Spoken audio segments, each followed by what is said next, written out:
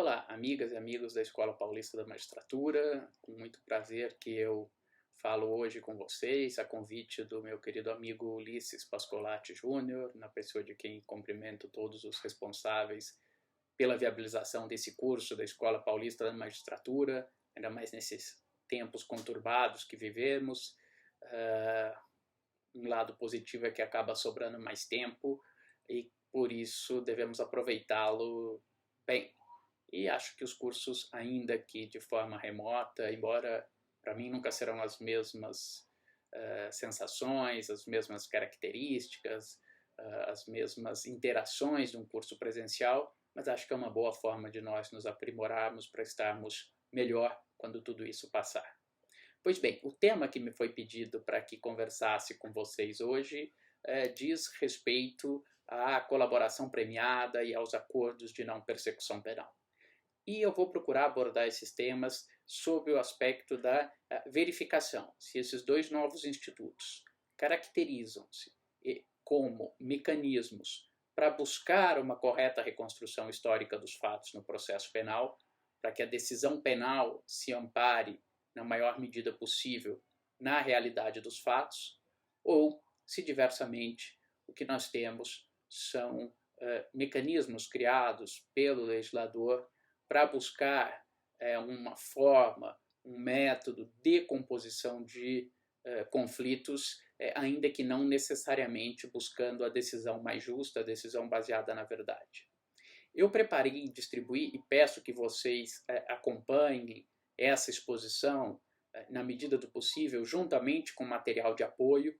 Eu preparei alguns slides que foram passados para vocês em PDF, inclusive porque eu vou procurar explorar alguns gráficos que analisam essa situação no panorama mundial sobre estas técnicas não adjudicadas de resolução dos problemas penais. Então, peço para que essa exposição possa ser melhor compreendida, que vocês acompanhem juntamente com o material de apoio que foi passado para vocês.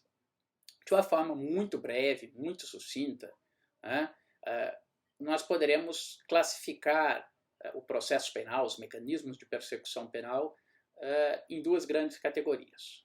A primeira delas, que vê no processo penal um mecanismo para legitimar o exercício do poder punitivo estatal. Buscar, já que haverá um ato estatal de poder, que esse poder punitivo seja exercido de forma correta, segundo as leis, justas, e que justamente por isso encontre na sociedade uma ideia de que naquele caso esta punição é uma punição legítima. Há, porém, inegavelmente, outros mecanismos da justiça penal para o seu funcionamento que eu estou chamando de mecanismos de resolução de conflitos. São mecanismos que buscam resolver um conflito de relevância penal, porque se instaura a partir de fatos que encontram tipificação em figuras penais, em infrações penais, mas que a finalidade principal desta técnica não é exatamente buscar a punição justa para os condenados ou absolver os inocentes, bem como aqueles em relação aos quais não haja prova, além da dúvida razoável, como se costuma dizer, da culpa daquela pessoa. São mecanismos que procuram dar uma resposta penal, uma resposta que possa solucionar o conflito no âmbito social, ainda que não necessariamente buscando a decisão mais justa. Com relação ao primeiro esquema, nós temos o processo penal tradicional.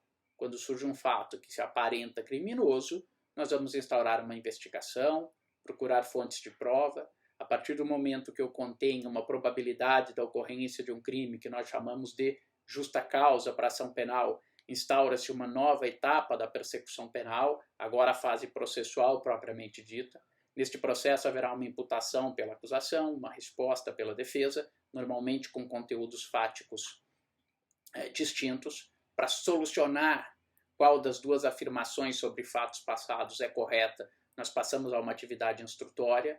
depois da produção do conjunto de provas, caberá ao juiz decidir, com base naqueles elementos de prova, qual daquelas afirmações da acusação ou da defesa está considerada provada, desde que se atinja o estándar probatório estabelecido para aquela hipótese, no caso do processo penal, um elevadíssimo estándar probatório.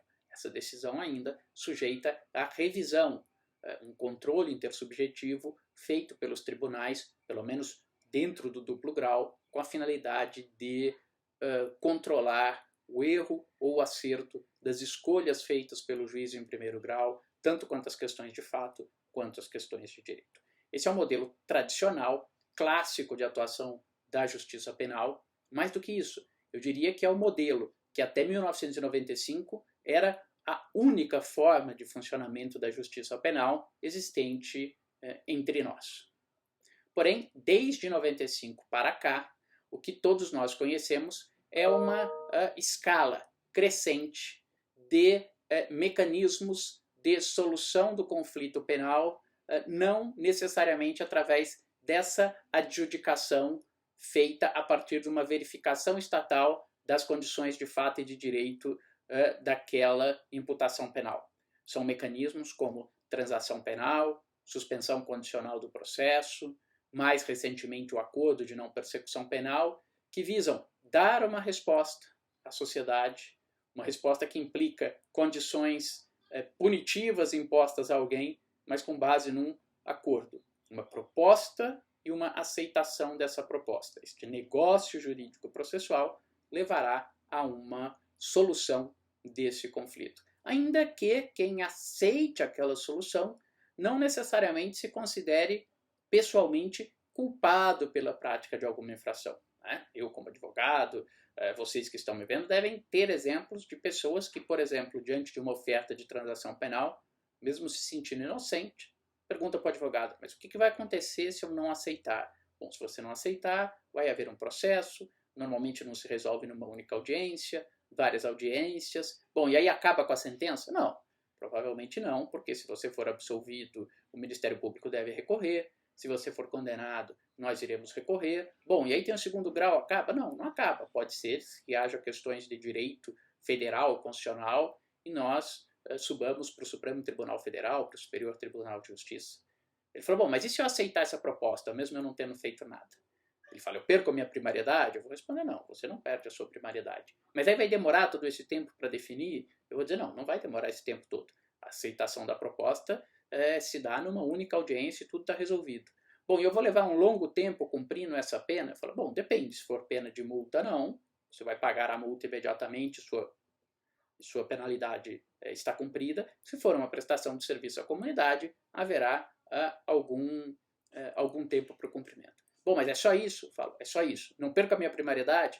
Não perde a sua primariedade. Bom, mas vai constar de certidão de antecedentes criminais? Não, não vai.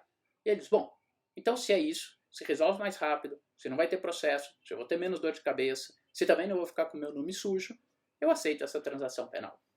Vejam vocês, subjetivamente é uma pessoa que se sente inocente, mas ela está diante de uma escolha, faz um juízo de probabilidades, um prognóstico dos ganhos e perdas por seguir um caminho, que nós chamamos de uma justiça tradicional, ou um outro caminho, que nós chamamos de uma justiça negociada, e ela chega à conclusão que esse segundo caminho, embora a solução não seja intrinsecamente justa, por ela vai estar aceitando algo que não deixa de ser uma punição quando ela é inocente, ela diz, no final das contas, isso aqui vai me dar menos dor de cabeça, eu vou gastar menos dinheiro, eu vou ter menos problema do que aquela outra via, mais demorada, mais complexa, mais cara, que pode sim levar à manutenção da minha liberdade, mas também, ainda que com uma chance menor, possa levar a um resultado diverso.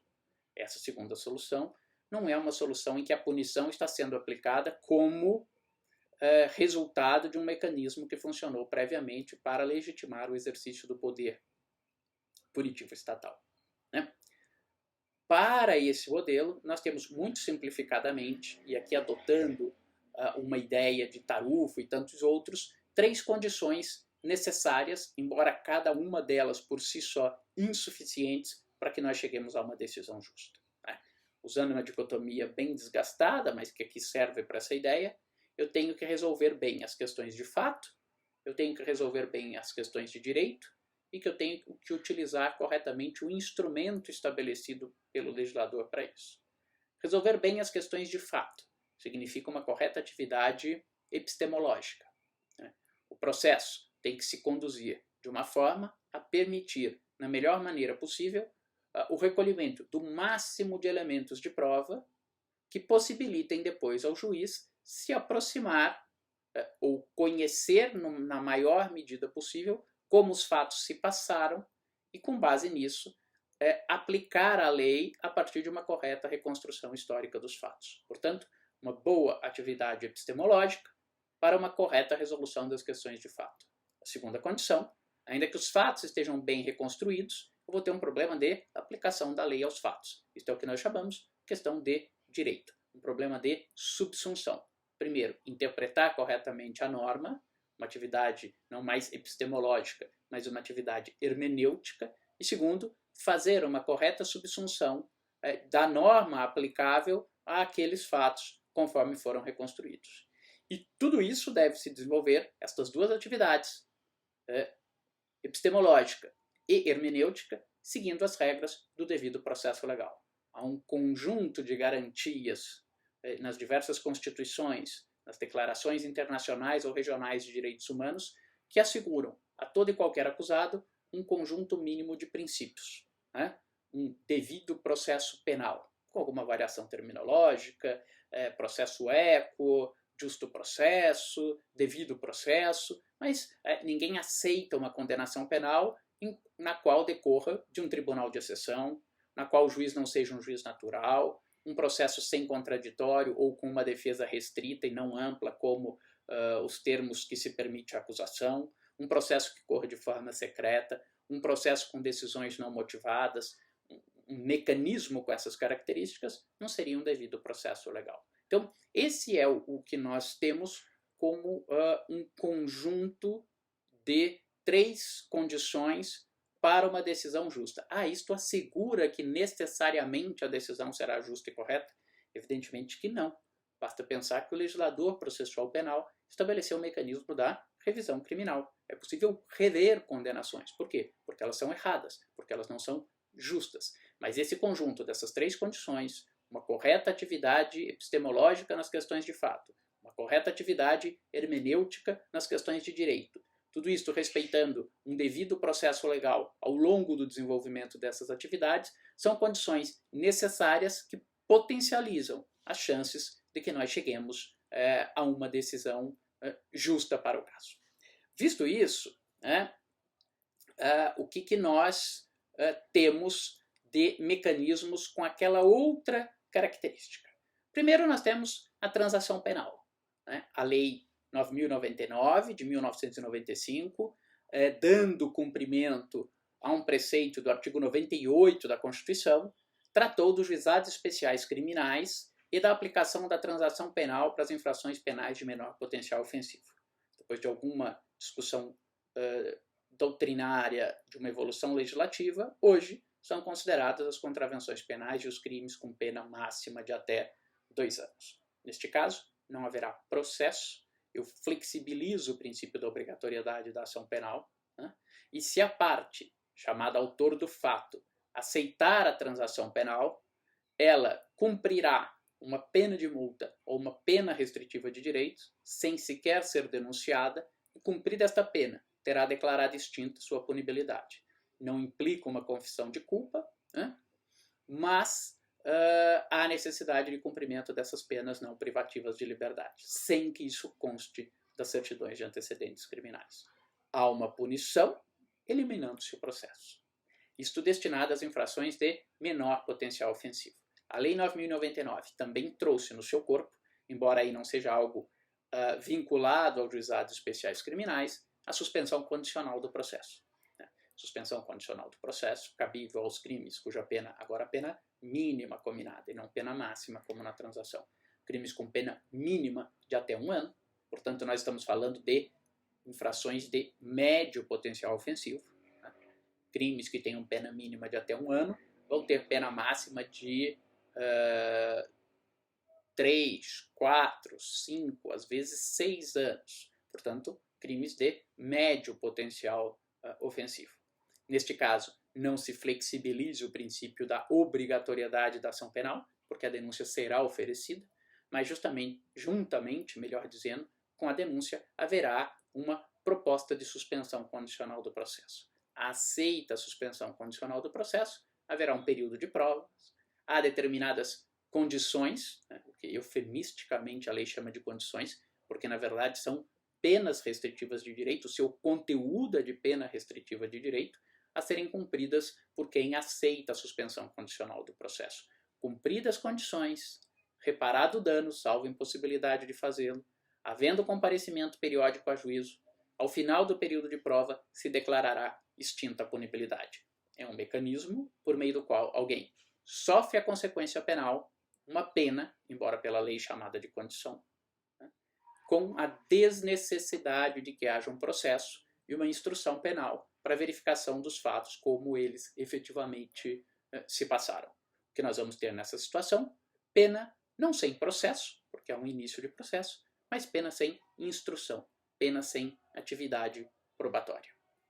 Mais recentemente, embora o tema já estivesse disciplinado desde 2017, na resolução 181 do CNMP, mas me parece que a matéria é matéria reservada à legalidade estrita, e agora sim, inserido efetivamente no ordenamento jurídico brasileiro pelo artigo 28A do Código de Processo Penal, com as alterações, entre tantas outras alterações, promovidas pelo chamado pacote anticrime ou lei 13.964 de 2019, os acordos de não persecução penal entraram no regime legal do ordenamento jurídico brasileiro. E este acordo se aplica a crimes graves.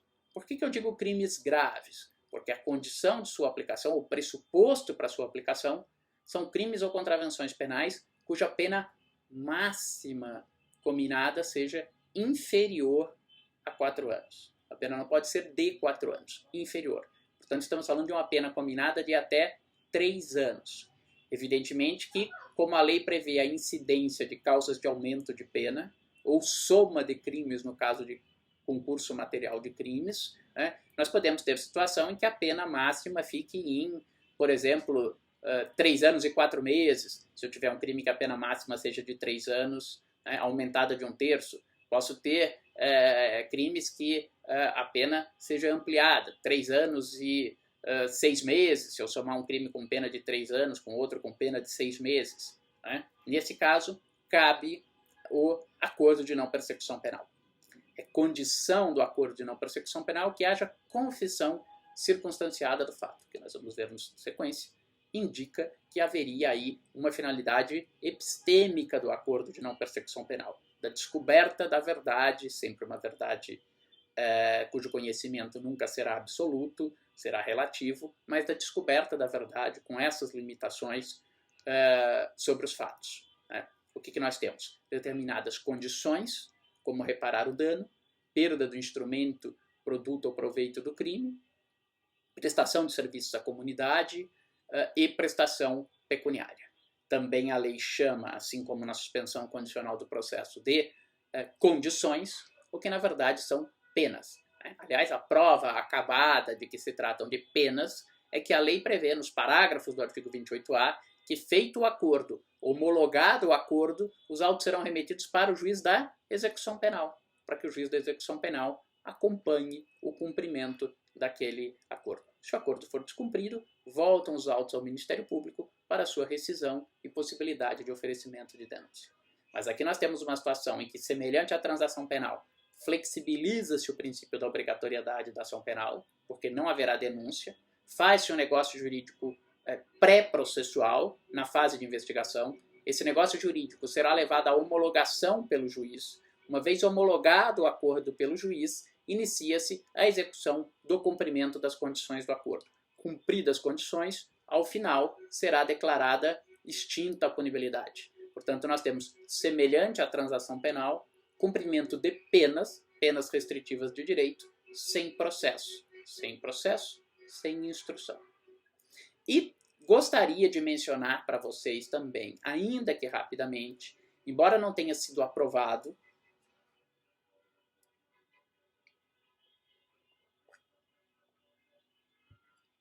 vocês sabem que o pacote anticrime previa também os acordos sobre pena. Os acordos sobre pena possibilitariam aqui, pela primeira vez, a aplicação de penas privativas de liberdade, com base no acordo.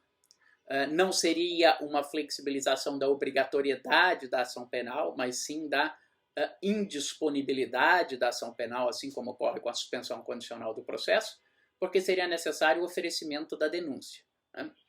Mas oferecida a denúncia, havendo a confissão, dispensava-se a produção da prova, renunciava-se ao direito ao recurso.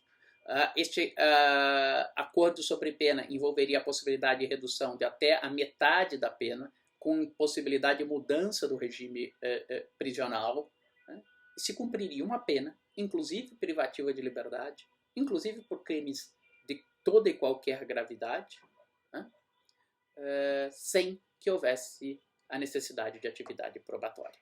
Trocava-se a instrução como mecanismo contraditório da verificação da exatidão daqueles fatos por uma confissão do acusado mediante acordo. Nós poderíamos pensar, bom, se ele confessou, os fatos estão descobertos. Nem sempre. Infelizmente, nós sabemos que existem confissões falsas. A prova de que existem confissões falsas é que o direito penal prevê como crime o crime de autoacusação falsa. O crime de autoacusação falsa é exatamente um crime em que alguém confessa a prática delitiva de um crime que não cometeu, seja por motivos nobres, como, por exemplo, um pai para livrar um filho da cadeia, um marido para evitar com que a esposa seja presa ou vice-versa, ou por motivos absolutamente criticáveis. Alguém que recebe dinheiro ou apoio financeiro ou proteção para assumir um crime praticado por outro. Ou alguém que, sob coação, sob ameaça, acaba assumindo a prática de um delito praticado por uma outra pessoa. Isso ocorre, infelizmente, dia a dia nos crimes que são cometidos dentro dos estabelecimentos penitenciários.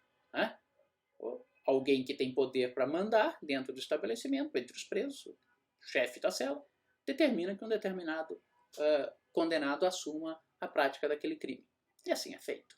Portanto, a confissão não é exatamente aquela assim dita rainha das provas.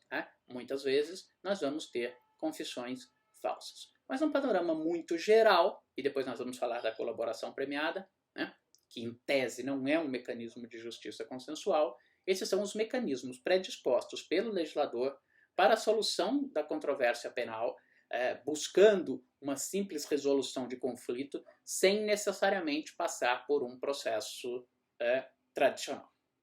Eu gostaria de ver com vocês agora qual é a tendência internacional em termos de justiça negocial.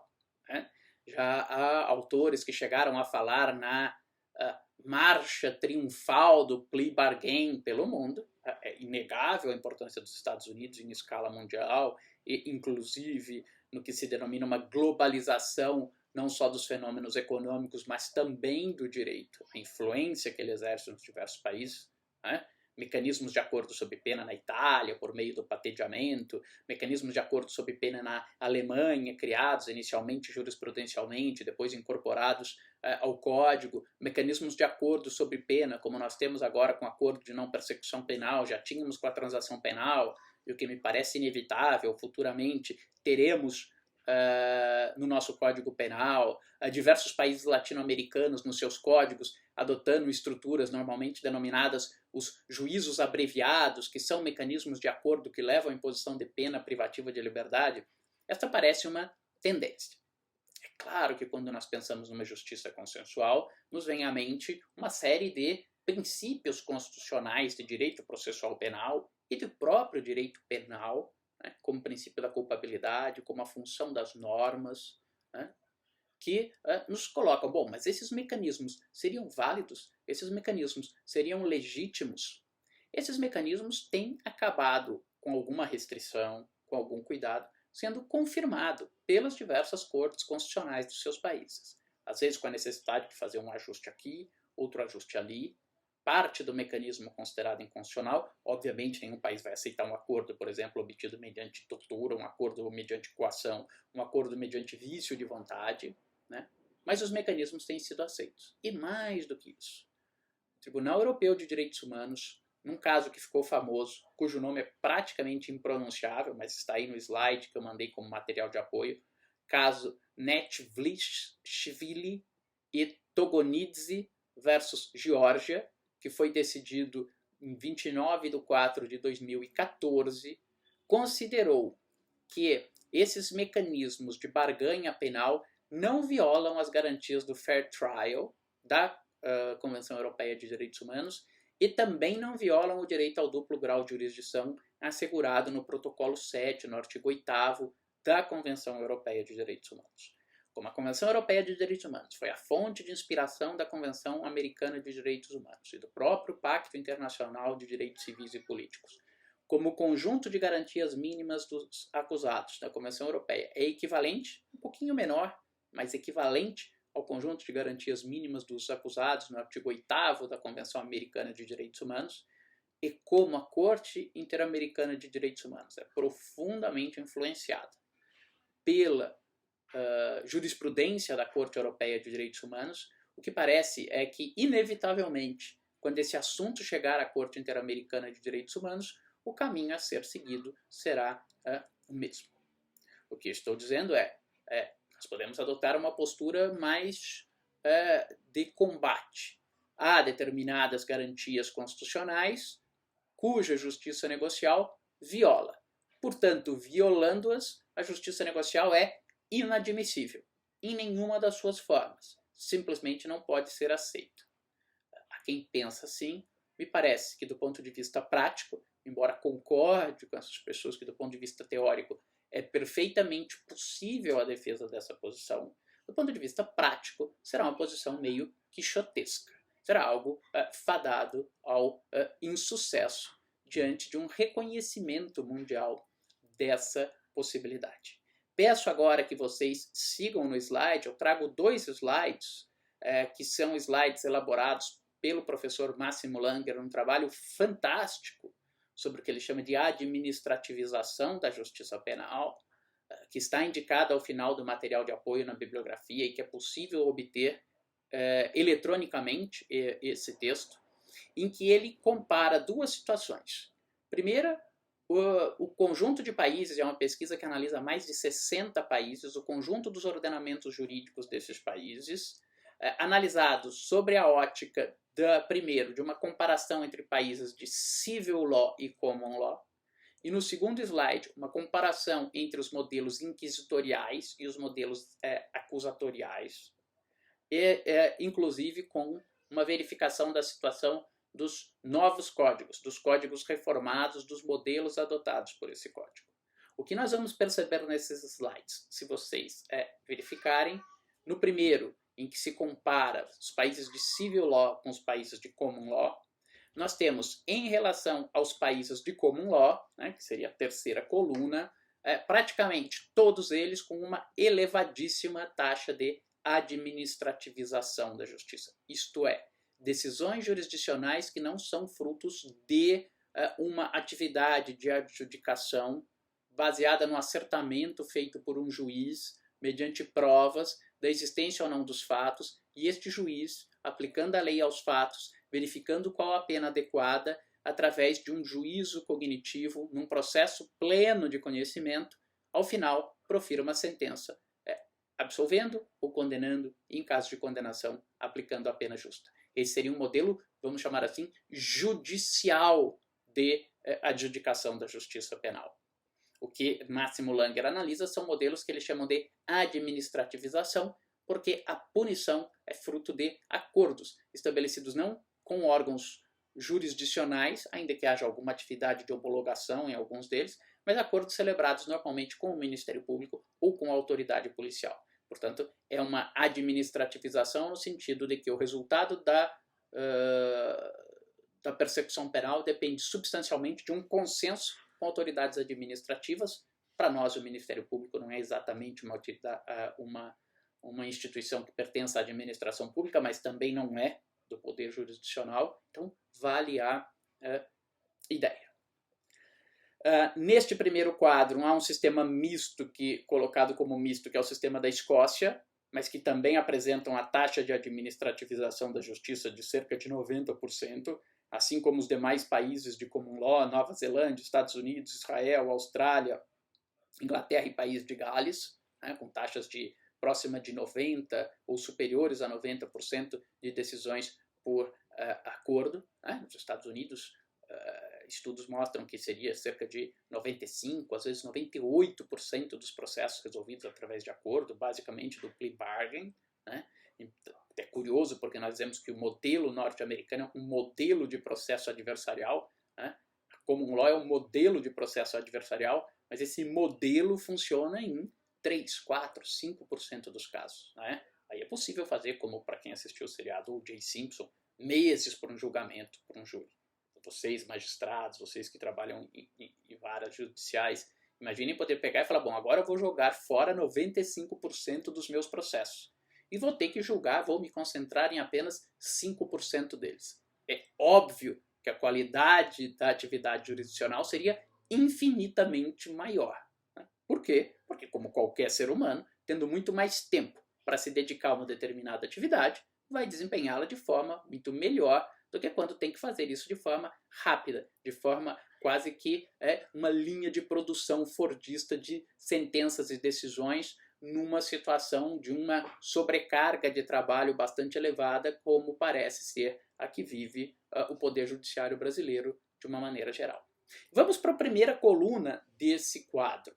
Esta coluna é interessante porque nós vamos ver que nos países da chamada civil law, né, há várias faixas de administrativização da justiça penal. Há países com faixas que vão de 20% a cerca de 30%, como Látvia, Peru, Panamá e Holanda. Há países que têm uma taxa de cerca da metade dos processos resolvidos dessa forma, entre 40% e 60%, Itália, Bulgária, França, Croácia, Colômbia e República Tcheca. Há países com índices superiores a 60%, como é o caso de Costa Rica, Eslovênia, Geórgia, Argentina e Alemanha. E há países com índices que superam os 80%, chegando acima dos 90%, como é Suíça, Rússia, Taiwan, Chile e Estônia. Depois, o professor Máximo Langer faz uma outra análise comparando não mais modelos da família romano-germânica, ou de civil law de um lado, e modelos de common law, mas o que seriam processos de características adversarial e processos de características inquisitorial. Né? E aí nós temos também, neste quadro, 3 colunas. Uma coluna dos modelos tipicamente inquisitoriais, né? Em que nós temos aqui apenas a Holanda como um modelo tipicamente inquisitorial com valores mais baixos de administrativização da justiça penal, inferiores a 30%, e depois mesmo os países de natureza inquisitorial, como República Tcheca e França, entre 40% e 60%, Alemanha, acima de 70%, Suíça, com 80%.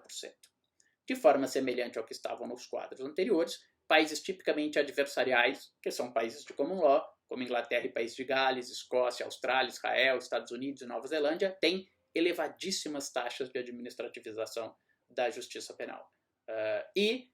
Nas mudanças dos códigos recentes, que passaram para uma estrutura mais adversarial, né, nós vamos ver que há uma tendência na crescente administrativização da justiça penal. Peru, Látvia e Panamá com mais de 20%. Depois nós já vamos para países entre 40% e 60%, como é o caso de Colômbia, Croácia, Bulgária, Itália e Costa Rica. Não, Costa Rica já na faixa seguinte. Entre 60% e 70% Costa Rica, Eslovênia, Geórgia e Argentina. E acima dos 80% Rússia, Taiwan, Chile e Estônia. Vendo este quadro, nós percebemos que a elevada taxa de administrativização da justiça não se liga apenas e necessariamente a modelos de common law. Nós temos países de common law com natureza adversarial, mas também vários países de civil law, como nós vimos no sistema anterior, que adotaram estruturas adversariais com baixo grau de administrativização ou com elevado grau de administrativização. Mas este grau alto de administrativização da justiça penal também é encontrado em países tradicionais de civil law, como a Alemanha e como a Suíça. O que parece desses quadros, o que eles mostram, é uma tendência crescente ao aumento da administrativização da justiça penal. Por que isso? Nós poderíamos explorar algumas ideias, mas me parece importante destacar algumas delas. Nós temos hoje um crescimento exponencial dos crimes, né? Aqui, não uma administrativização da justiça penal, né? Mas uma penalização de infrações administrativas. Hoje é cada vez mais comum, e vemos isso no crime do artigo 268 do Código Penal, que é o crime da vez, que é você descumprir medidas sanitárias preventivas, né? Que são crimes que praticamente incorporam a sanção penal à violação de normas administrativas. Isto se dá normalmente através da figura de normas em branco, né, de natureza heterogênea ou complemento, que são prescrições administrativas, que quando violadas, além da sanção administrativa, acabam acarretando também uma sanção penal. Há, portanto, um aumento crescente do número de crimes. Isto não só em relação a esse aspecto de administrativização, ou melhor dizendo, de penalização das infrações administrativas, mas também fruto da crescente utilização de crimes de perigo, né, de antecipações da intervenção penal para figuras de crimes formais, crimes de mera conduta, e assim por diante. Aumenta-se a taxa de crimes, torna-se cada vez mais difícil trabalhar-se com uma ideia de obrigatoriedade da ação penal, até como expressão de um princípio de isonomia, que toda e qualquer pessoa que praticasse um crime teria que receber exatamente a mesma resposta estatal. E essa resposta una e uniforme para todos era a persecução penal, era uma denúncia obrigatória e que os órgãos estatais iriam acusar essa pessoa tem o direito de se defender, mas haveria um juiz que iria adjudicar a solução do caso concreto. O número de juízes por habitantes ou por processo não cresce na mesma medida que cresce o número de crimes abstratamente previstos na lei e também passíveis de persecução penal. Portanto, não há possibilidade de um Estado decidir resolver todos os seus problemas penais através de uma solução adjudicada com processo clássico. Se assim for fazer, terá que promover uma brutal descriminalização. E aí o problema muda só de nome, porque eu terei essas infrações administrativas com sanções elevadas e que também não se dará conta de resolvê-las todas adjudicadas. Vai parecer muito mais um estelionato de etiquetas. Vejam, com relação aos acordos de não persecução penal e a colaboração premiada, o que nós temos? Estes dois institutos parecem indicar uma preocupação não só com a solução de conflitos penais, mas com a descoberta da verdade. O acordo de não persecução penal, porque estabelece que é condição para a celebração do acordo de não persecução penal, no artigo 28A, caput do Código de Processo Penal, uma confissão circunstanciada dos fatos pelo investigado, ele precisa confessar os fatos, precisa dizer como os fatos se passaram, né?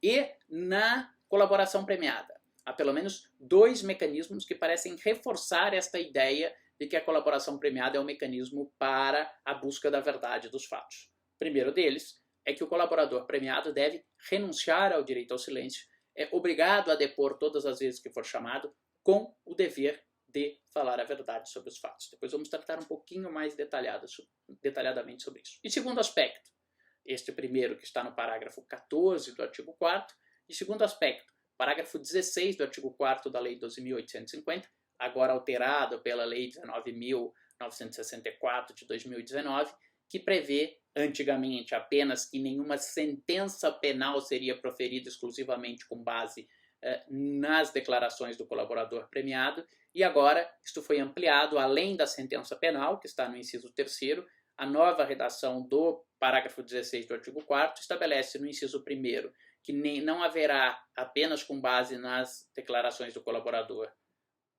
recebimento da denúncia, e o inciso 2º, não serão decretadas medidas cautelares exclusivamente com base nas declarações do colaborador. O inciso 3º, mantém a hipótese originária, que era que sentenças não serão proferidas apenas com base nas declarações dos colaboradores. Estas 3 regras, uma relacionada à ação de não persecução penal, ou melhor dizendo, ao acordo de não persecução penal, e as 2 outras relacionadas à colaboração premiada, indicam uma, pelo menos inicial e aparente, preocupação do legislador com a verdade dos fatos nesses 2 institutos. Aliás, focando agora um pouco mais na colaboração premiada, a própria justificativa em si da colaboração premiada, ela decorre de uma dificuldade investigatória. Não me parece equivocada a ideia de que em determinados tipos de criminalidade, especialmente na criminalidade organizada, a prática de crimes mais graves, este tipo de crime se vê envolto num conjunto de características como elevado poder de intimidação, como práticas de ilícitos usando mecanismos cada vez mais difíceis de serem rastreados, a própria lavagem de dinheiro do produto ou proveito do crime, estruturas impessoais e com divisão de tarefa numa variada gama de funções que precisam ser exercidas de forma que muitas vezes não há sequer o conhecimento de um membro da organização de quem são todos os outros membros que compõem aquela organização. Então, para tudo isso, disse, a meu ver, com acerto, que será muito difícil investigar, processar e punir organizações criminosas com os métodos tradicionais de investigação penal. Por outro lado, para que essa investigação seja frutífera, é necessário que eu tenha a colaboração de algumas pessoas que integram a organização criminosa, de dentro da organização, que possa dar passos iniciais, pistas, caminhos para que a investigação siga a partir dessas informações internas e, com isso, haver maior chance de investigar, processar e punir essas organizações criminosas, descobrindo todos os seus crimes, todos os seus integrantes, quais as funções que cada um deles exercia dentro da organização criminosa, qual a estrutura hierárquica dessa organização criminosa, saber qual foi a vantagem obtida por essa organização criminosa, o produto dos crimes da organização criminosa, e recuperar o produto ou proveito desses crimes da organização criminosa, impedir que a organização criminosa continue a atuar. Tudo isso que eu estou falando para vocês são exatamente escopos da colaboração premiada que estão no caput do artigo 4º da Lei 12.850. O grau de benefício que o colaborador irá obter depende da maior ou menor, ou melhor dizendo, do maior ou menor atingimento desses escopos. Primeiro, identificação de todos os integrantes da organização criminosa e dos crimes por eles praticados. Segundo, revelar a estrutura hierárquica e a divisão de funções. Terceiro, prevenção de infrações penais. Obviamente não cabe ao colaborador prevenir, mas dando as informações corretas, isso permitirá com que o poder público possa prevenir a prática de novos crimes pela organização criminosa. Quarto, recuperação total ou parcial do produto ou proveito do crime. E quinto, uma finalidade específica, localização da vítima com a sua integridade física ou vida preservada. Esta última seria uma finalidade, por assim dizer, específica das organizações criminosas que praticam determinados tipos de delito, como, por exemplo, extorsão mediante sequestro, tráfico de mulheres, tráfico de criança e outros delitos que envolvem o sequestro, o apoderamento, o encarceramento de vítimas desses delitos. Portanto, a justificação para a inserção da colaboração premiada entre nós é essa. E é uma justificativa correta. E vejam que isto até justifica o próprio prêmio, porque a colaboração premiada em si traz, em relação ao colaborador, uma injustiça. Imaginemos um crime que eu tenho alguns funcionários públicos que aceitam dinheiro de corrupção. Esses funcionários públicos, para evitar os mecanismos preventivos de controle do patrimônio dos funcionários públicos, praticam alguma forma de lavagem de dinheiro. Então eu vou dizer, bom, ele praticou corrupção, mas ele era primário. Ele praticou lavagem de dinheiro, mas não era uma lavagem de dinheiro tão sofisticada. Ele praticou atos de ofício, e portanto eu tenho a hipótese do parágrafo único para realizar o ato pelo qual houve a mercancia da função. Então, esse funcionário público deveria ter uma pena correta pela corrupção de uns 5 anos e uma pena pela lavagem de dinheiro de 4 anos e meio. Somado isso, a pena justa para ele seria uma pena de 9 anos e meio. Mesmo ele sendo primário, ele deve cumpri-la no regime fechado. Esta seria a solução de um processo penal com uma decisão adjudicada. Só que ele faz um acordo de colaboração premiada. E aí, por esse acordo, ele consegue uma redução de 2/3 da sua pena. A sua pena cai para 3 anos e pouquinho. Esta pena de 3 anos e pouquinho acaba sendo substituída por 2 penas de prestação de serviço à comunidade, além da perda de todo o produto do crime. Nós vamos dizer, foi justa a punição deste funcionário público apenas com restritiva de direitos? Nós teremos que dizer, não. Uma pessoa que fez isso com a gravidade do que ela fez, o correto seria uma pena de 8 anos, 9 anos, 10 anos. Bom, mas essa pessoa acabou então tendo uma vantagem. Ela foi punida muito menos severamente do que era justo. Sim, mas se eu colocar no outro prato da balança os benefícios não individuais que ele obteve, mas os benefícios sociais que essa colaboração trouxe, né? Eu desmantelei uma quadrilha de funcionários públicos corruptos e de empresários corruptores, né? Eu descobri como é que era a estrutura hierárquica que funcionava dentro daquele ente público. Passei a saber quais eram as funções necessárias para que um esquema ilícito desses atuasse. Descobri todos os crimes que foram praticados, o prejuízo causado, recuperei o produto do crime, impedi que novas organizações criminosas dessa natureza funcionassem. A hora que eu coloco todos esses benefícios no outro prato da balança, ela se reequilibra. Eu falo, valeu a pena dar um benefício para um dos colaboradores, e ele teve uma pena menor do que a que ele merecia, porque isso propiciou uma série de outros ganhos sociais. Então, se eu olhar sobre a ótica individual do colaborador, eu digo que a colaboração é injusta. Mas se eu olhar sobre os benefícios sociais que ela produz, eu digo que a colaboração valeu a pena. O resultado foi bom no final das contas, né? E voltaremos a isso mais para frente. Vamos agora falar, ainda que rapidamente, daquelas 2 características da colaboração premiada que parecem apontar para uma situação de utilização da colaboração premiada como um mecanismo epistêmico, como um mecanismo interessado na descoberta da verdade. Tem que pôr aqui meu mouse para carregar. Primeiro, o parágrafo 12 do artigo 4º da Lei 12.850 estabelece, ainda que beneficiado por perdão judicial não denunciado, o colaborador deverá ser ouvido em juízo a requerimento das partes ou por iniciativa da autoridade judicial. E o parágrafo 14 estabelece, nos depoimentos que prestar, o colaborador renunciará, na presença do seu defensor, ao direito ao silêncio e estará sujeito ao compromisso legal de dizer a verdade. Esse dispositivo tem sido objeto de muitas críticas. As críticas vêm de uma compreensão do papel que o direito ao silêncio exerceu nos sistemas processuais. Também usando aqui uma generalização grosseira, que divide os sistemas em inquisitório e acusatório. Uma grande característica desses sistemas, além de que no acusatório há uma separação entre as funções de acusar, julgar e defender em sujeitos distintos, enquanto no inquisitório há uma concentração de poderes na mão de um único sujeito, do inquisidor. Uma outra característica fundamental que distingue os sistemas é o papel do acusado. No sistema inquisitório, o acusado não é um sujeito de direitos, mas um objeto, uma coisa detentora da verdade, até porque eu parto da premissa que ele é culpado, ele não é presumido inocente, e se o inquisidor é alguém que tem por escopo último e máximo a descoberta da verdade, e se naquela época dizia-se que a confissão era a rainha das provas, justamente porque a confissão revela a verdade, todo e qualquer mecanismo é válido para a obtenção da verdade. O réu, ele era o detentor dessa verdade, e por isso ele era um inimigo do inquisidor.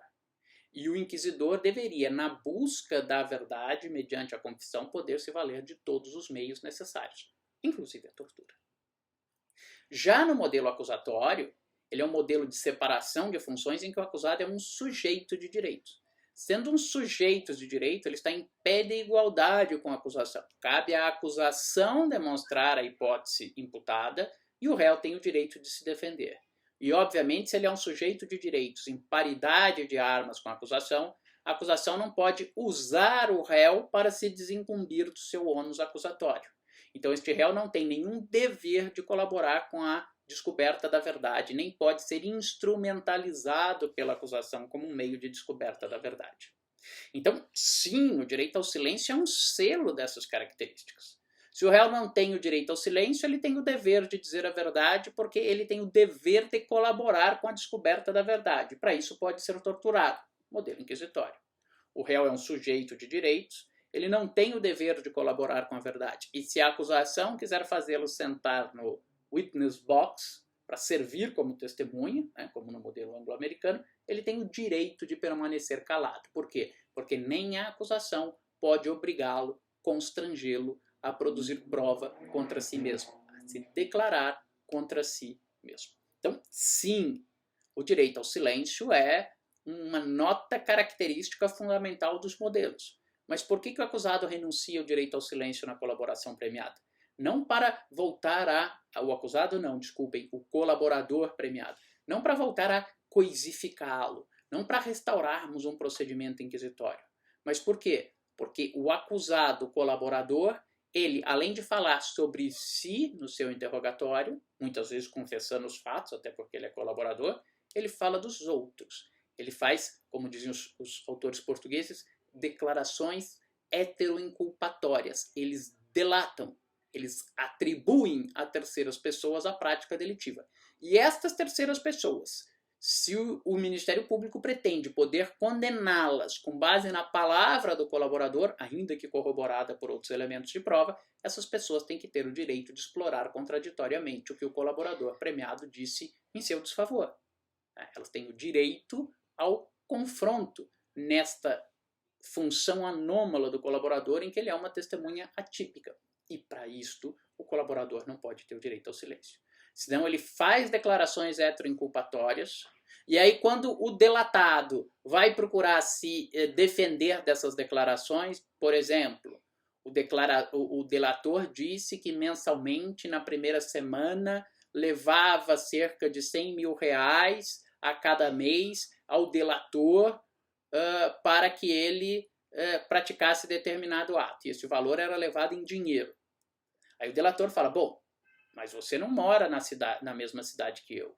Você mora em outro estado, a vários quilômetros e quilômetros de distância. Como é que você vinha? Você vinha de carro ou vinha de avião? Porque ele pensa, se ele vier de avião, eu posso oficiar para as empresas aéreas para saber se ele vinha, se tinha passagem dele daquele lugar para cá. Você, quando chegava aqui em São Paulo, você ficava em hotéis ou você tem um apartamento aqui? Se ele disser que ficava em hotéis, eu posso tentar oficiar para os hotéis para ver se isso é verdadeiro. Você levava o dinheiro para mim aonde? No meu escritório, nós nos encontrávamos num café, porque eu penso, bom, meu escritório tem controle de entrada, se for num café ou num outro local público que tenha câmeras de segurança, eu posso solicitar aquelas imagens. Como você arrumava o dinheiro? Era você? Era alguém que te trazia? Você sacava esse dinheiro na véspera de uma conta corrente? Você pegava esse dinheiro com alguém? Ou seja, todas essas são perguntas que eu poderia fazer para tentar demonstrar a falta de veracidade daquela afirmação do colaborador. Só que se ele tivesse o direito ao silêncio, ele poderia simplesmente, em relação a cada uma dessas perguntas que eu lhe fizesse, dizer o quê? Me reservo o direito de permanecer calado, como corréu desta ação penal. Então, é por isso que o legislador diz que ele renuncia ao direito ao silêncio. Ah, mas ele está impondo a renúncia? Não, ninguém é obrigado a ser colaborador. Se você quiser se manter com direito ao silêncio, não seja colaborador. Se você quiser ser colaborador, faz parte do status jurídico do colaborador um dever de colaborar com a verdade. Então, nessa medida, isto é sim um elemento que colabora com a descoberta da verdade. Não só do colaborador, mas também em relação aos delatados. Né? O segundo elemento, e que agora sofreu uma alteração, era a necessidade de uma regra de corroboração para as provas produzidas decorrentes das declarações do colaborador. A redação originária do parágrafo 16 do artigo 4º era: nenhuma sentença condenatória será proferida com fundamento apenas nas declarações de agente colaborador. E naquela época houve uma série de discussões que nós já vamos ver, inclusive, para verificar se a alteração foi correta, se esta necessidade de elementos de corroboração, ou, o que é o reverso da medalha, esse caráter mais fraco do ponto de vista probatório das palavras do delator, ao ponto de não serem suficientes para isoladamente fundamentar uma condenação, isto também valia para a decretação de medidas cautelares e para caracterizar a justa causa para ação penal. Vocês sabem que o chamado pacote anticrime, que redundou na Lei 13.964 de 2019, alterou a redação do parágrafo 16 do artigo 4º. A atual redação é: nenhuma das seguintes medidas será decretada ou proferida com fundamento apenas nas declarações do colaborador. 1. Medidas cautelares reais e pessoais. 2. Recebimento da denúncia ou queixa. 3. Sentença condenatória. Portanto, manteve-se a hipótese da sentença condenatória, mas agregou-se 2 outros tipos de decisões para as quais somente a palavra do colaborador sem elementos de corroboração é insuficiente, que são o recebimento da denúncia, ou seja, só a palavra do colaborador não caracteriza a justa causa, e a decretação de medidas cautelares reais ou patrimoniais, quer dizer, somente as declarações do colaborador não são suficientes para caracterizar o chamado fumus commissi delicti necessário para a decretação de medidas cautelares penais. Quando eu exijo uma regra de corroboração, eu estou, em certa medida, afastando a ideia de um pleno livre convencimento do juiz para a valoração das provas. O sistema do livre convencimento substitui, com a Revolução Francesa, um modelo de prova taxada ou prova tarifada, em que o legislador pré-estabelecia o valor de cada meio de prova. Por que substituiu? Justamente porque a Revolução Francesa, como todo movimento revolucionário, procura eliminar todos os traços de poder do antigo regime. Né? E o antigo regime tinha uma magistratura togada, técnica. Quando eu elimino a magistratura togada, do ponto de vista da natureza, pelo seu conhecimento dos juízes, só há 2 categorias. Os juízes ou são técnicos ou são leigos. Quando eu destruo a magistratura togada, elimino a magistratura togada, eu só posso colocar no seu lugar a magistratura leiga, através do júri. Só que se ela é leiga, ela não conhece regras de testes uno, testes nulo, 2 indícios equivalem a 1 testemunho, mas isso se os indícios forem plenos, porque se o indício for semipleno, eu preciso de 2 indícios semiplenos para equivaler a um indício pleno. Mas existem também os quartos de indício. Estas são regras que quem conhece são profissionais do direito. Então, o livre convencimento vem justamente pela eliminação da magistratura togada. E este livre convencimento, Ferraioli chega a dizer, se transforma numa das páginas mais amargas da história do direito penal, porque ele se transformou num convencimento arbitrário, sem controles. O livre convencimento deve ser entendido modernamente em conjunto com regras racionais de valoração da prova, que não é o direito que vai nos dar, mas a epistemologia. E a epistemologia, enquanto estudo ou teorias do conhecimento sobre a verdade, que vai permitir que se busque quais as técnicas utilizadas em diversas áreas para melhor valoração sobre juízos de fato. Não é o caso nosso aqui entrar nessas regras. Mas, excepcionalmente, o legislador afasta o livre convencimento, porque num livre convencimento pleno, nenhuma prova vale mais ou menos que a outra, cabe ao juiz fazer essa valoração livremente, um juiz poderia chegar ao final do processo e falar: só com base na colaboração premiada eu estou convencido. Absolvo ou condeno. Aqui a lei, em reforço à presunção de inocência, estabelece o que se denominou, e não é também inédito, um livre convencimento negativo. Ou melhor dizendo, um sistema de provas legais negativos. O sistema das provas legais, que era um sistema positivo, dizia o que era necessário para que um fato pudesse ser considerado verdadeiro. O que o parágrafo 16 do artigo 4º faz não é estabelecer o que é necessário para que um fato seja considerado verdadeiro e, portanto, atingindo aquela soma aritmética, o juiz necessariamente tem que dar aquele fato como provado e verdadeiro. É um sistema de prova legal negativo, eu inverto os sinais. O legislador está dizendo simplesmente o que é insuficiente para que o juiz possa considerar um fato verdadeiro.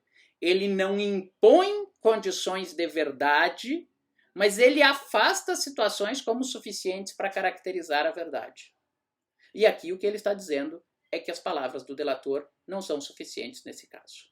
Então o que eu tenho que avaliar em relação ao delator? 3 elementos.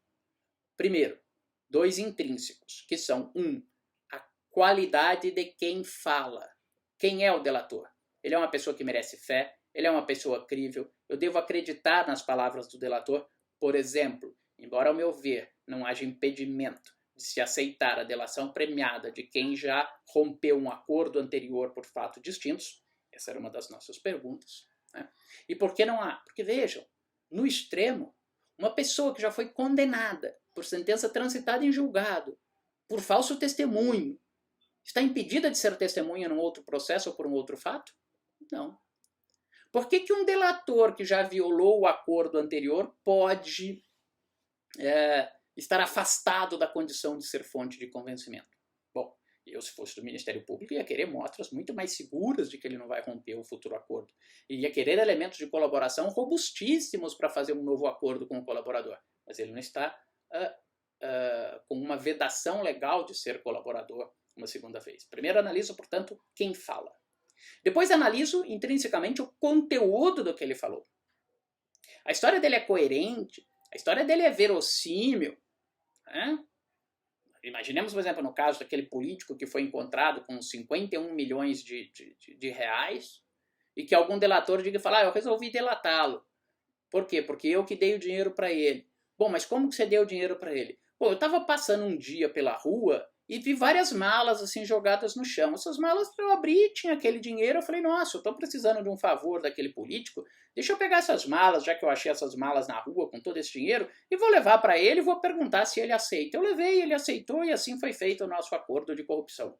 Nós vamos dizer, bom, essa história é uma história muito pouco crível para ser aceita. E depois o terceiro elemento é o elemento externo, que é a existência de elementos de corroboração. Portanto, eu analiso um trabalho do Arthur Idossi sobre livre convencimento e a prova testemunhal, em que ele analisa. Eu analiso a fides e o dictum da testemunha, isto é, a fé, a credibilidade que a testemunha traz. Quem é a testemunha? Depois eu analiso o dictum, isto é, o conteúdo do que a testemunha disse. Obviamente, à luz de outros elementos de prova, de outros testemunhos e assim por diante. E terceiro lugar, que agora eu analiso só na colaboração premiada, a existência de elementos de corroboração. O que a lei não estabeleceu antes e não estabeleceu depois. Primeiro, se esta colaboração, ou melhor dizendo, se esta corroboração é o que a doutrina chama de uma corroboração complessiva, ou se ela é uma corroboração unitária ou individualizada. Quando eu falo em corroboração complessiva, basta que parte do que o colaborador diga tenha sido corroborada por um ou outro elemento para que eu considere em seu conjunto, em seu complexo, aquela colaboração verdadeira. Quando eu digo que a corroboração deve ser uma corroboração individualizada, eu estou dizendo em relação a cada fato, em relação a cada delatado, é necessário que eu tenha elementos de corroboração. No primeiro caso, eu vou dizer, o delator é uma pessoa que sempre fala a verdade, porque eu tenho algum elemento de corroboração, e tudo que ele falou é verdadeiro. No segundo caso, eu vou dizer, o delator é alguém que pode ter dito a verdade em relação a um crime, porque eu tenho elementos de corroboração e posso considerar o que ele falou verdadeiro, e que em relação a outro crime eu não posso dizer que é verdade porque faltam elementos extrínsecos de corroboração.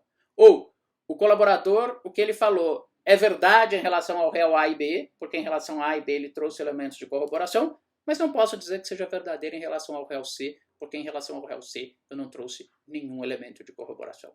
A meu ver, seria muito poder na mão do delator admitir que a corroboração é uma corroboração complessiva. Bastaria que ele tivesse elementos de corroboração em relação a um crime, ou em relação a um delatado, para que ele pudesse arrastar para as barras do tribunal e mais, para a prisão, desafetos, inimigos políticos, pelo que ele quisesse e pudesse a sua criatividade imaginar.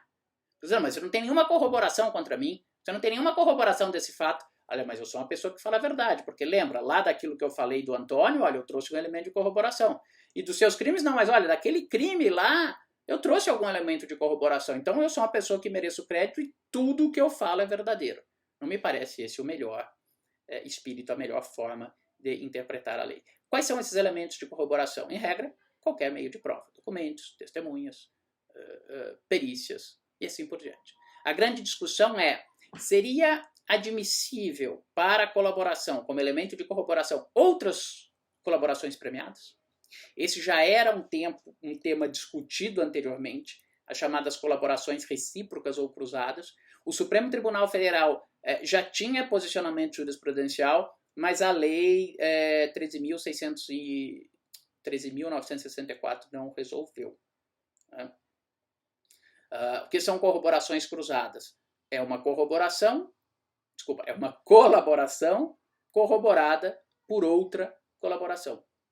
Imaginem vocês, por exemplo, que eu diga: o delator A falou que D é corrupto e recebe dinheiro. Qual o elemento que ele tem da corrupção? Nenhum.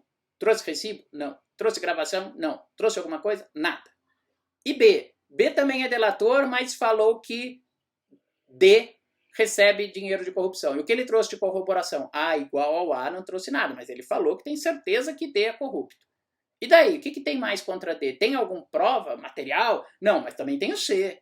O C também disse que sabia que o D recebia propina.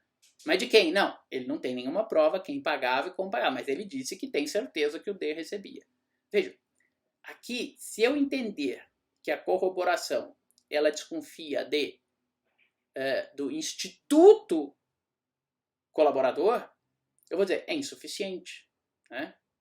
Uma colaboração não gera certeza. Por quê? Porque há um vício de origem na colaboração. Porque o colaborador é alguém com quem em si eu desconfio. E o fato de eu desconfiar não faz que a soma de 2, 3, 4 colaboradores, que a soma das minhas desconfianças gere uma certeza. Eu continuo desconfiando. Desconfio com 1, com 2, com 3, com 4, com 5. A outra forma de ler o parágrafo 16 é: o parágrafo 16 estaria a dizer que não é possível condenar alguém com base em declarações de um colaborador. Mas se eu tiver 2, 3, 4 pessoas falando no mesmo sentido, a soma dessas declarações, a declaração 2, a 3 e a 4 do colaborador 2, 3 e 4, servem sim como elementos de corroboração para o que disse o colaborador 1 e, portanto, essa delação está corroborada e é possível a condenação.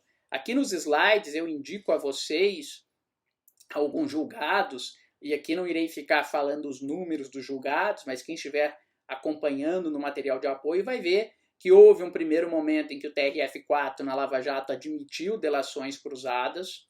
Depois o Supremo Tribunal Federal se manifestou pela inadmissibilidade das delações cruzadas, e esse entendimento da inadmissibilidade de delações cruzadas ou recíprocas para se corroborarem mutuamente acabou também em decisões mais recentes sendo acolhido pelo Tribunal Regional Federal da 4ª Região. Um segundo tema, que antes era um tema doutrinário e jurisprudencial, mas que agora passou a estar na lei, e eu me proponho nesses minutos que nos restam analisar se o tema está correto ou errado, diz respeito se a palavra isolada do colaborador serve para receber denúncia e para decretar medidas cautelares. Vocês já sabem que a lei agora diz que não serve. Então, antes o que era uma discussão teórica, hoje nós temos uma solução de legislata, né? Mas vamos discutir o acerto ou não dessa decisão. E aqui, o que me parece é que, de novo, nós temos as duas premissas. Eu posso desconfiar da colaboração premiada em si, e aí o cenário seria: nenhuma decisão pode ser tomada só com base na colaboração premiada, ou eu poderia dizer: não, eu não posso proferir uma sentença penal condenatória. Por quê? Porque o processo penal trabalha com estándar de prova elevado. Se eu não atingir esta elevadíssima probabilidade, eu não posso considerar um fato provado para condenação penal e, portanto, ele não pode ser condenado. Mas se eu estiver falando de recebimento da denúncia ou de medidas cautelares, eu estou falando em níveis intermediários de estándar probatório e não no nível mais alto de estándar probatório necessário para uma condenação, que costuma ser identificado com a prova além da dúvida razoável. Então eu poderia dizer: a palavra do colaborador isolada não é passível de atingir esta exigência mais elevada, mas ela isolada pode atingir um grau de probabilidade, de simples probabilidade, suficiente para caracterizar a justa causa ou suficiente para caracterizar o fumus comissi delicti para uma medida cautelar. Veja que nesse ponto o legislador italiano adota solução diferente no terceiro coma do artigo 192. em que o legislador italiano diz: as declarações feitas por coimputado do mesmo crime são valoráveis somente diante de outros elementos de prova que confirmem a sua atendibilidade.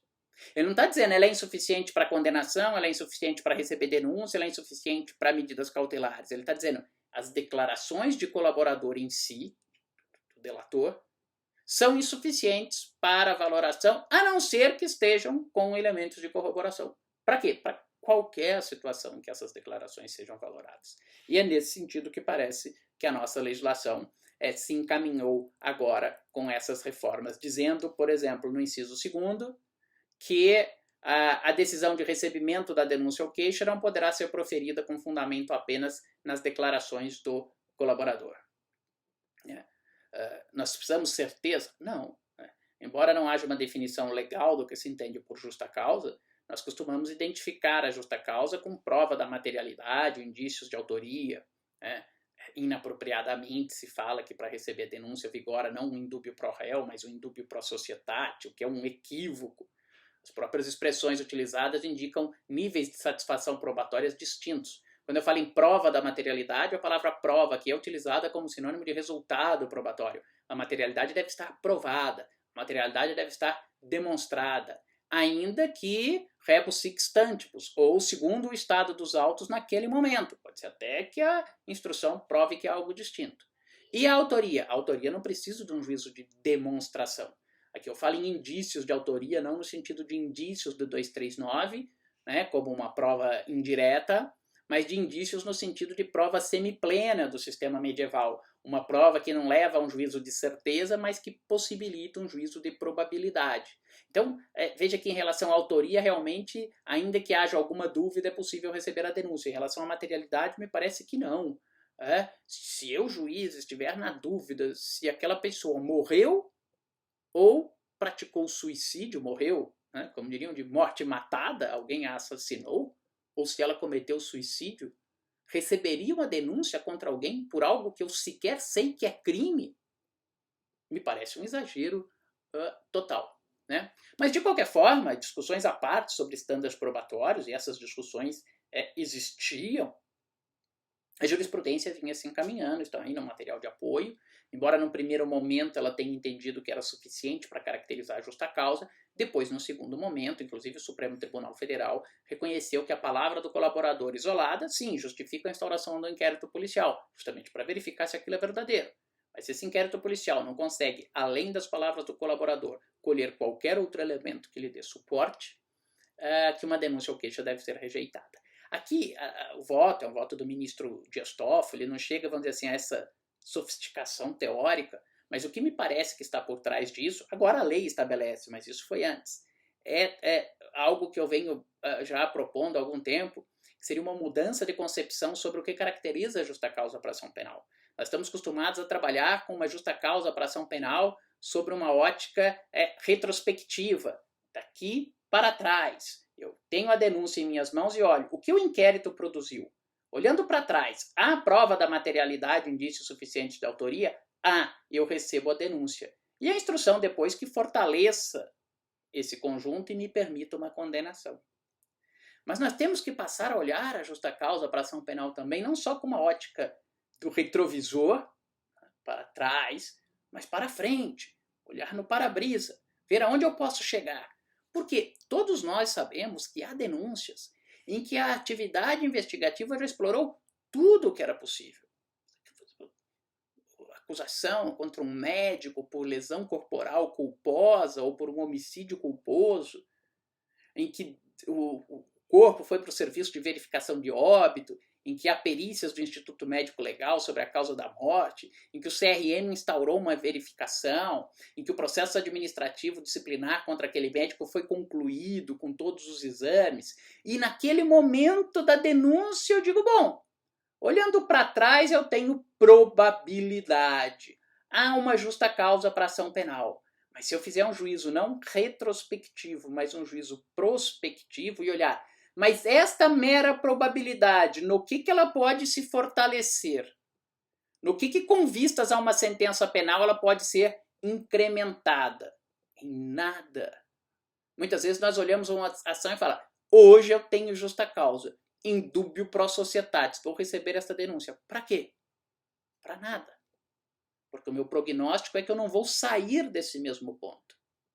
Aqueles elementos probatórios não têm a menor perspectiva deles se robustecerem ao ponto de deixar de ser mera probabilidade e se transformar numa elevadíssima probabilidade que caracterize um além da prova razoável, seja lá o que isso quer significar. E eu vou receber esta denúncia para quê?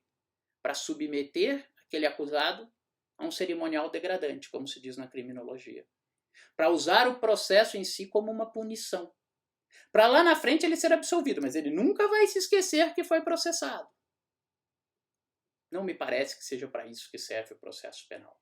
Não vejo nenhuma função no processo penal servindo não como um instrumento para verificar com reais possibilidades se alguém é criminoso ou não e se o for ao final puni-lo, mas apenas para estigmatizar, apenas para rotulizar alguém que se sabe de antemão que não será ao futuro condenado. Eu não estou dizendo que o juiz sempre deva fazer isso e que sempre deva ter um prognóstico de condenação.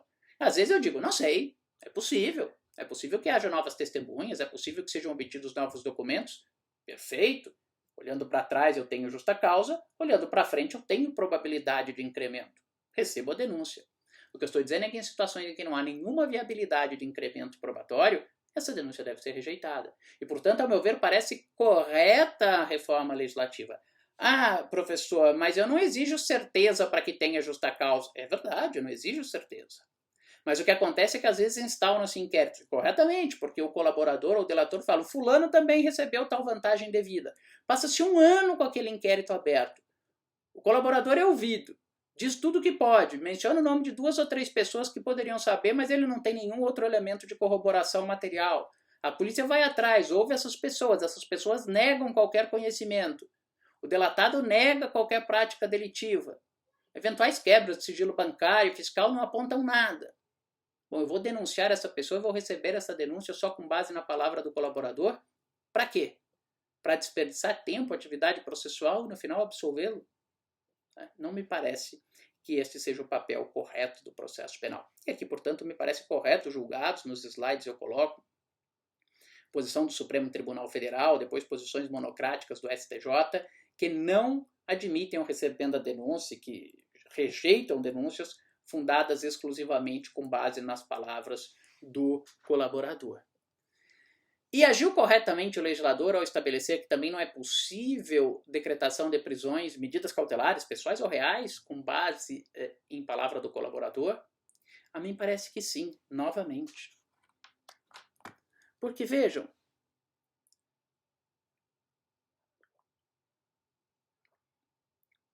muitos professores, quando dão aula sobre inquérito policial, dizem que o inquérito policial é um mero procedimento, esse mero meio pejorativo.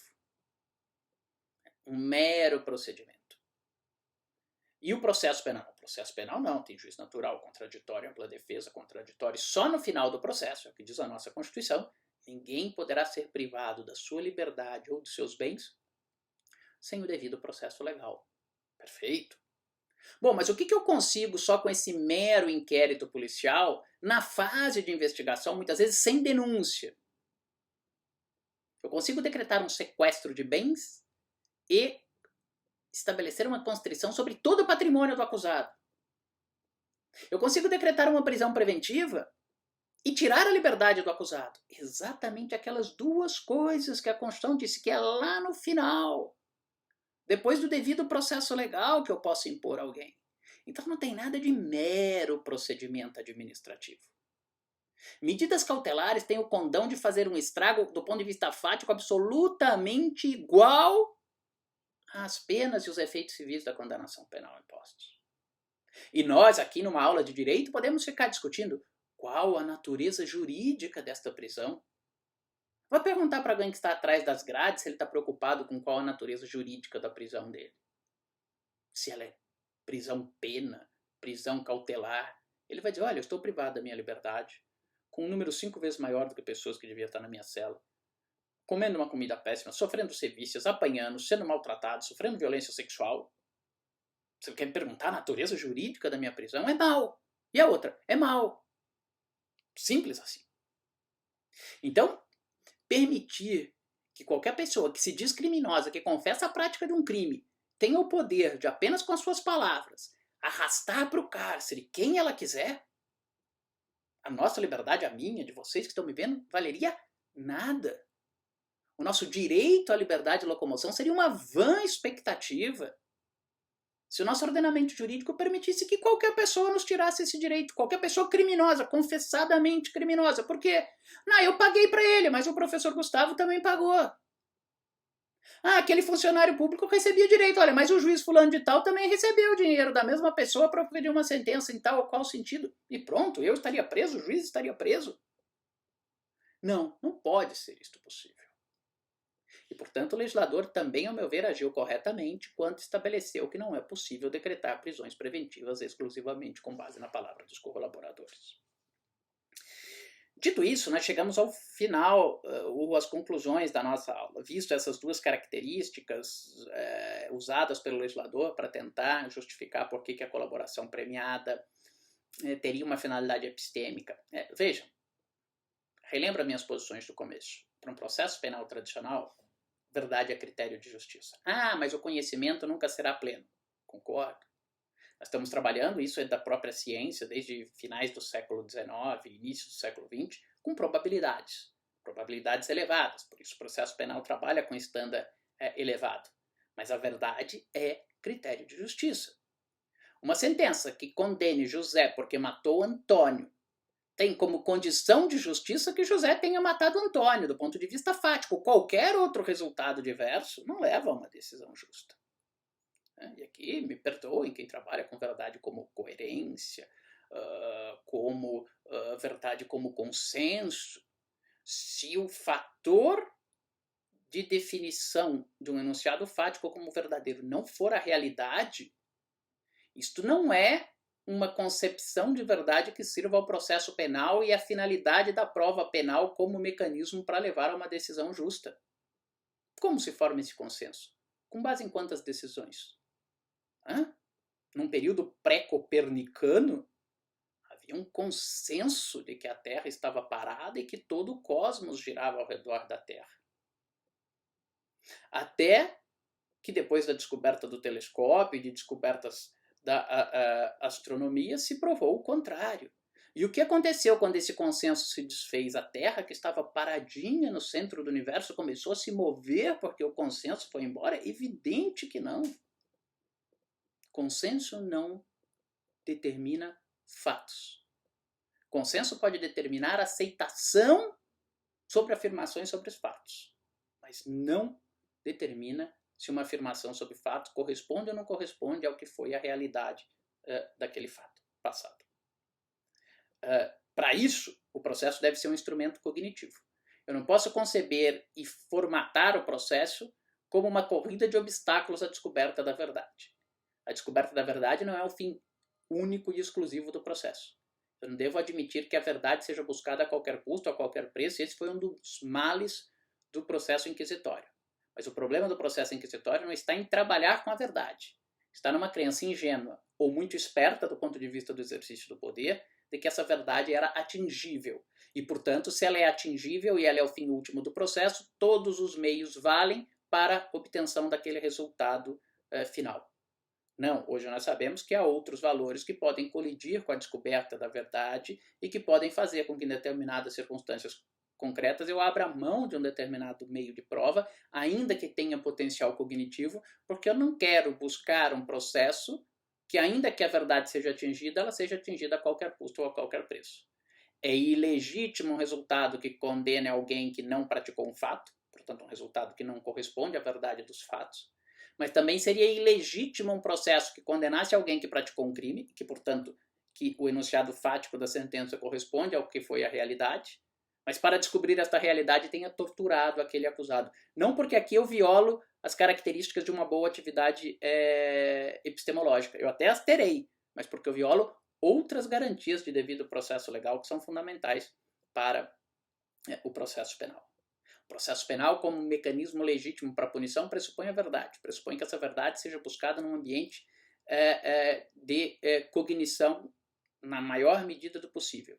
E pressupõe que haja, nas palavras de Ferraioli, uma jurisdicionalidade na verificação desses enunciados e que os enunciados acusatórios possam ser falsiabilizados, que haja possibilidade de demonstrar através de provas e desmentidos que aquela afirmação da acusação é falsa. Nesse ambiente, eu tenho condição de ter um processo justo. Bom, mas por que eu vou aceitar, então, acordos de não persecução penal, transação penal, suspensão condicional do processo? E a colaboração premiada?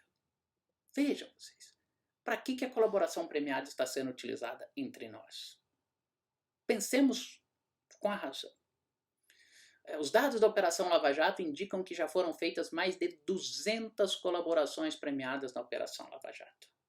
Vamos recuperar aquela minha premissa do início da aula. Por que eu faço a colaboração premiada? Porque eu preciso de elementos de dentro da organização criminosa para descobrir um fato que sem o auxílio de alguém de dentro da organização criminosa eu não descobriria. Embora isto vá embutir uma injustiça na pena do colaborador, porque ela será aquém do que ela deveria, os ganhos sociais compensam. Se assim o é, numa operação, o ideal é que eu tenha muitas ou poucas colaborações premiadas. Que muita gente esteja recebendo pena abaixo da que merecia para eu descobrir a verdade, ou que pouca gente esteja recebendo pena abaixo do que merecia para que eu descubra a verdade. Parece evidente que essa segunda resposta é a correta. Bom, mas eu preciso saber como é que funcionam os empresários corruptores. Bom, então vamos fazer a colaboração com o empresário. Bom, mas eu preciso saber como é que os políticos recebem o dinheiro. Bom, então faça com um político. Bom, mas esse político que eu fiz é do partido A, mas também tem a corrupção da outra diretoria que é do partido B. Bom, então faça uma colaboração com um político importante do partido C. Bom, mas tem uma terceira diretoria que é do político do partido D. Faça com a do partido D. Bom, mas entre os dois existe o chamado núcleo financeiro, tem doleiros. Bom, pegue um doleiro, pegue alguém que tenha uma fintech. Ok. Então quantos colaboradores nós deveríamos ter? 3, 4, 5, 6, 7. Nós temos 200. É inimaginável que cada um desses 200 represente uma pecinha autônoma do quebra-cabeça e que sem as 200 colaborações premiadas eu não chegaria à verdade dos fatos. Não, para que está servindo a colaboração premiada na Operação Lava Jato? E em outras, para ser mais um mecanismo consensual de resolução de conflitos, não de aplicação da pena justa depois da correta verificação histórica dos fatos, mas de consenso. Eu não tenho pessoal, eu não tenho material humano, não tenho recursos, não tenho equipamentos para pegar todas essas pessoas e buscar a pena justa através de um processo no qual haja investigação, denúncia, resposta, provas, contraprovas, alegações finais, sentença, recurso para verificação do acerto da sentença. Não! Então o que eu vou fazer? Uma relação de custo-benefício? Vou conseguir mais com menos? Mais condenações? Ainda que com menos qualidade. É isso que está sendo feito. É exatamente isto que está sendo feito. Então, tenhamos a consciência que a colaboração premiada não está sendo utilizada, como se afirma, como um mecanismo epistêmico para a descoberta da verdade em processos de organização criminosa sem as quais eu não conseguiria descobrir a verdade. Não! Se isso fosse verdade, nós teríamos o estrito número necessário de colaborações premiadas para que eu descobrisse os primeiros passos de cada uma das funções, para com isso punir todos com a pena justa, em sua grande maioria, acima do que eles receberam. E por que a sociedade, então, aceita isso? Talvez eu falando, vocês que são formados em direito, vocês que têm essa visão, ou que não tenham uma outra visão do direito, talvez mais punitivista, mais eficientista, digo, olha, realmente está tendo uma deturpação na colaboração premiada. Mas por que a sociedade aceita isso? Aceita e aplaude. Bom, por vários fatores. Um deles porque talvez nós chegamos a níveis de corrupção inimagináveis, absolutamente inaceitáveis. E aí a reação vem numa intensidade mais forte. Bom, então tudo bem, eu reconheço que esse processo não foi justo, que isso não é exatamente um devido processo legal, que essa não é a melhor maneira de punir, mas do outro jeito também não funcionava, mas se não for assim ninguém é punido, De qualquer modo, chega uma hora que esse pessoal tem que ser punido, então que seja assim. Né? Se nós vamos tentar explicar esse mecanismo e dizer, pelo menos nessa minha visão, que a colaboração premiada está sendo deturpada, usada erroneamente, usada desvirtuadamente para conseguir um propósito que não deveria ser o dela, eu posso conseguir muitas vezes explicar isso para alguém com formação jurídica, em direito penal, em processo penal, no direito. Mas se eu for explicar isso para o meu irmão, que é economista, se eu for explicar isso para minha irmã, que é fonoaudióloga, elas vão dizer, não, pera lá, você está dizendo o quê então? Que a colaboração premiada foi ruim, que a Lava Jato é ruim, que ela não presta? Não estou dizendo isso, eu estou dizendo que um mecanismo foi utilizado de forma deturpada. E acho que é importante que nós tenhamos essa concepção. Assim como os acordos de não persecução penal, eles não vão ser utilizados como mecanismos epistêmicos. Nós estamos trocando justiça mais demorada, com contraditório e de qualidade, mas que muitas vezes também falhava porque havia demora, havia prescrição, etc., por não justiça, mas por respostas penais rápidas, simples, com menos atividade e com menos custo. Mas que, por outro lado, podem levar à punição de pessoas que não praticaram crimes. Ah, então você está defendendo, Gustavo, que nós tenhamos um sistema que não tenha nenhum mecanismo de justiça consensual? Eu não chegaria a esse ponto. Acho que é inviável. Nós temos que ter algum mix. A questão é, qual é o ponto de equilíbrio? Quanto de justiça tradicional nós devemos ter e quanto de mecanismos consensuais nós devemos admitir? Quais os mecanismos de controle desses mecanismos consensuais para verificar se eles estão funcionando minimamente adequado? Quais as situações que devem permitir o funcionamento de uma justiça consensual? Essas discussões não me parecem que têm sido feitas com seriedade entre nós. E levando, às vezes, a resultados não adequados, a resultados não satisfatórios. Espero que essa nossa conversa de hoje, ainda que por videoconferência, não traga muitas certezas a vocês. Não era meu propósito trazer certezas. No curso de pós-graduação, acho que é muito mais válido nós sairmos com inquietações verdadeiras e com o desejo de pesquisá-las e verificá-las. O que eu falei não está certo porque eu falei.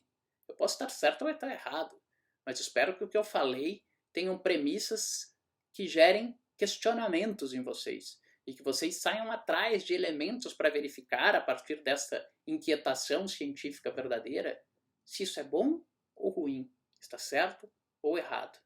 E é no diálogo, é no confronto entre tese e antítese, assim como ocorre num processo em contraditório, que se forja uma ideia mais correta através de um processo dialético em que o confronto de contrários leva a uma síntese de melhor qualidade. Esse ponto ao invés de confronto, agir um frente ao outro, como antagonismos, a colaboração leva a um trabalho em conjunto. Que se estiver apontando para a direção correta é boa. Mas se estiver no caminho equivocado, a ausência de alguém que diga, pare, será que este é o melhor caminho? Pode levar não a que um, mas a que todos cheguem no lugar indesejado. Eu agradeço a atenção de vocês, deixo no material de apoio uma indicação bibliográfica, deixo o meu e-mail. Infelizmente, por esse sistema não é possível que vocês façam perguntas durante a aula, mas fico inteiramente à disposição no meu e-mail para responder todas as dúvidas, dar maiores indicações bibliográficas e era esse o conteúdo que eu tinha separado para a nossa aula de hoje. Uma boa Páscoa para todos, estou gravando no sábado, espero que quando recebam essa mensagem tenham tido uma boa Páscoa. Muita saúde para todos vocês e seus familiares. Muito obrigado.